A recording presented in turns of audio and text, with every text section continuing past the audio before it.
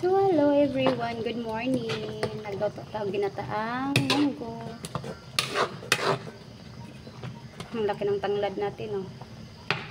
Yan, may manok. Luto na yan. Kanina pa pinapuluan ko yung munggo. Tapos nagisa na lang din ako ng manok, tsaka yung mga ingredients, ibang ingredients, bago ko nilagay na lang yung munggo. Ayan, luto na. Tsaka nilagyan ko rin ng malunggay. Ayan.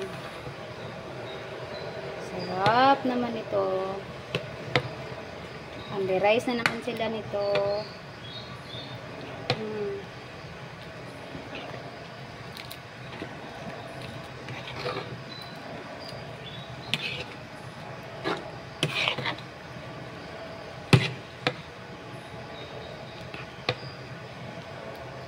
Ayan, sarap.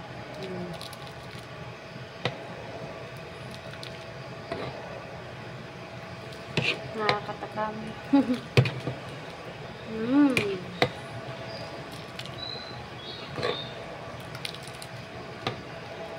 So, yun lang guys. Bye everyone. God bless.